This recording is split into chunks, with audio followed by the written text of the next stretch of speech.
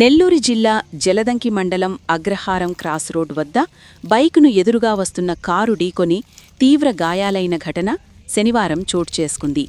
మేదరమెట్లపాలెంకు చెందిన మన్నం నరసింహ, మన్నం భాగ్యలక్ష్మిలు బ్యాంకు పనిపై కలిగిరి వెళ్లి కావలికి వస్తుండగా కావలి నుంచి ఉదయగిరి వైపు వెళుతున్న పంచాయతీరాజ్ డీఈ మణికుమార్ కారు ఢీకొంది. ఈ ప్రమాదంలో నరసింహ, భాగ్యలక్ష్మిలకు తీవ్ర గాయాలయ్యాయి.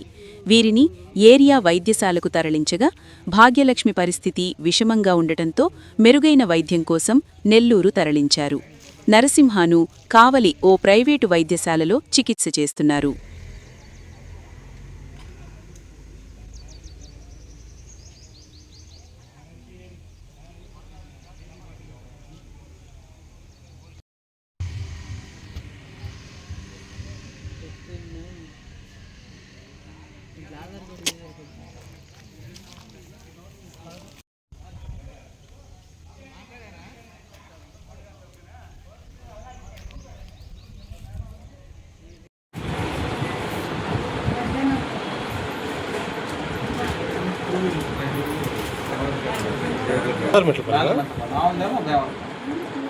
అక్కడ నుంచి కావలికి వస్తున్నాడా?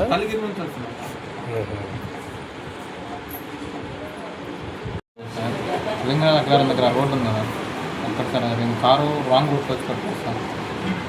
పేరు నరసింహ సార్. మా పిన్ని పేరు వచ్చేసి భాగ్యలక్ష్మి.